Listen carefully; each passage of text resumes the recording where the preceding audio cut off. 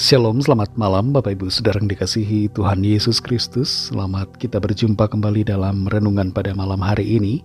Kita bersyukur karena anugerah dan kemurahan Tuhan yang selalu Tuhan alirkan dan limpahkan dalam kehidupan kita.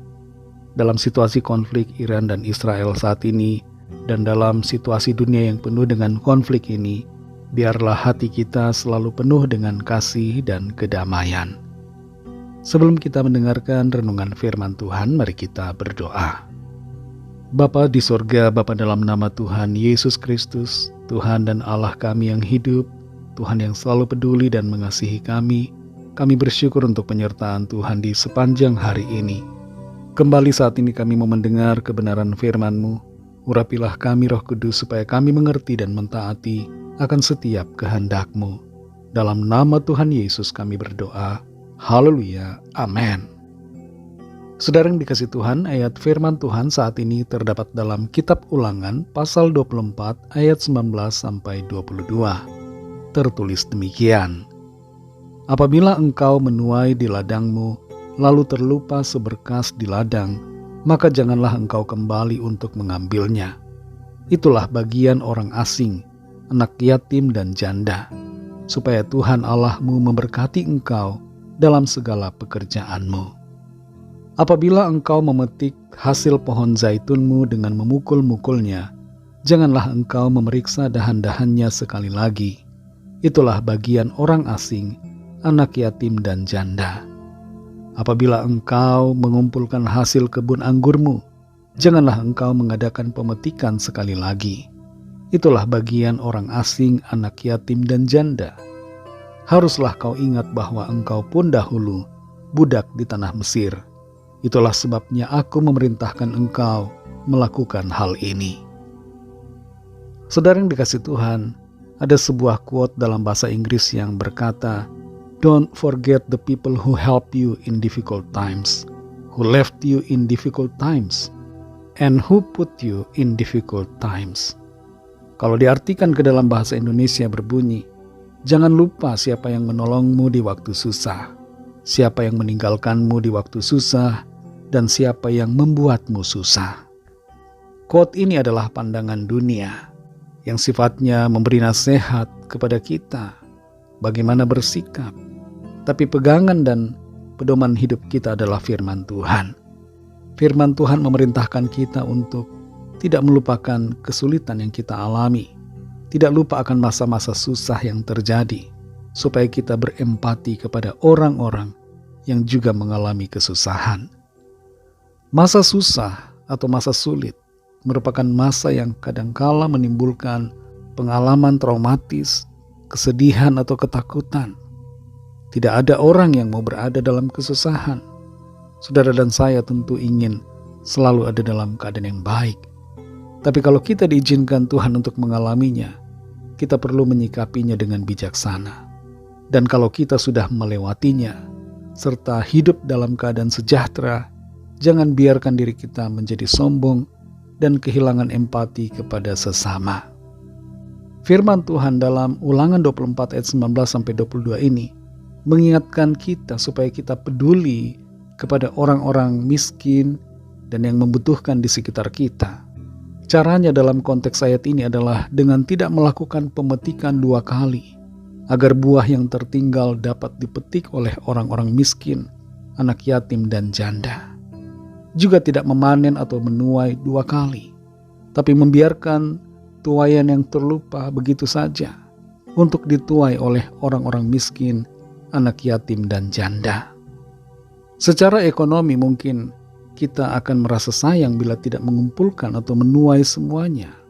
Tapi ternyata Tuhan menghendaki umatnya untuk tidak usah merasa sayang dengan apa yang tertinggal, tapi membiarkannya menjadi bahan makanan untuk orang-orang yang memerlukan. Kepedulian pada orang lain merupakan kehendak Tuhan.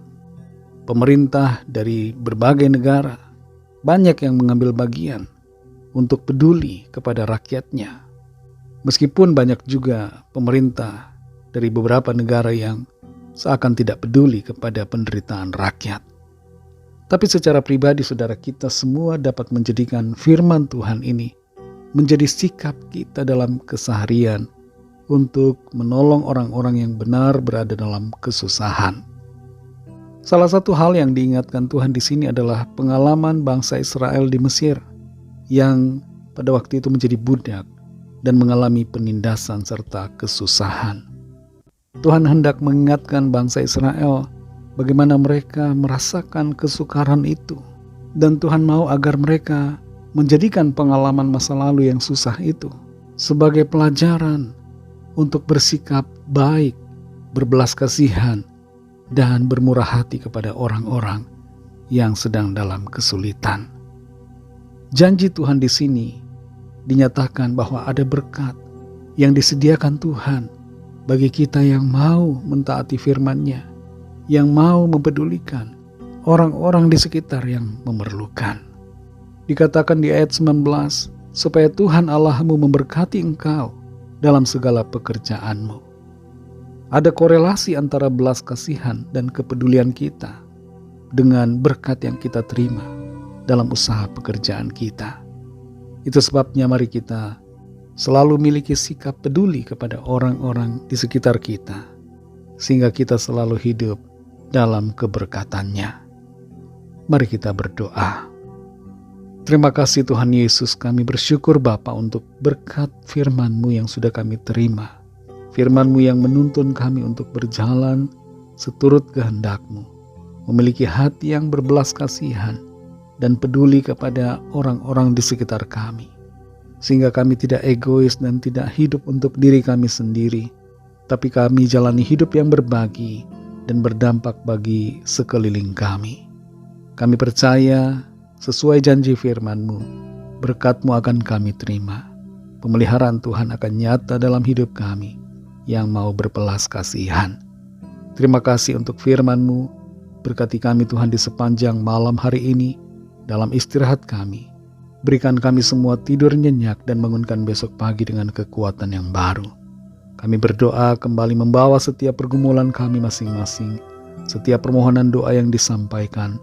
Lawatlah ya Tuhan dan nyatakan kuasa pertolongan dan mujizat-Mu bagi kami. Berkat-Mu atas bangsa kami Indonesia dan juga atas semua bangsa di dunia ini. Curahkanlah roh-Mu Tuhan, lawatlah setiap orang agar mereka percaya kepadamu dan menerima anugerah keselamatan. Ampunilah kami akan dosa kesalahan kami, seperti kami juga mengampuni orang yang bersalah kepada kami, dan pimpin kami menjadi sempurna seturut kehendak-Mu. Dalam nama Tuhan Yesus Kristus, Tuhan dan Juru Selamat kami sudah berdoa dan mengucap syukur. Haleluya. Terimalah berkat Tuhan. Tuhan memberkati engkau dan melindungi engkau. Tuhan menyinari engkau dengan wajah-Nya dan memberikan kasih karunia. Tuhan menghadapkan wajah-Nya kepadamu dan memberikan damai sejahtera. Berkat dan anugerah Allah Bapa, kasih karunia dari Tuhan Yesus Kristus, dalam persekutuan dengan Roh Kudus, menyertai kita semua sekarang ini dan sampai Maranatha Tuhan Yesus datang kembali, dan bahkan sampai selama-lamanya. Dalam berkat nama Tuhan Yesus Kristus, haleluya, amin.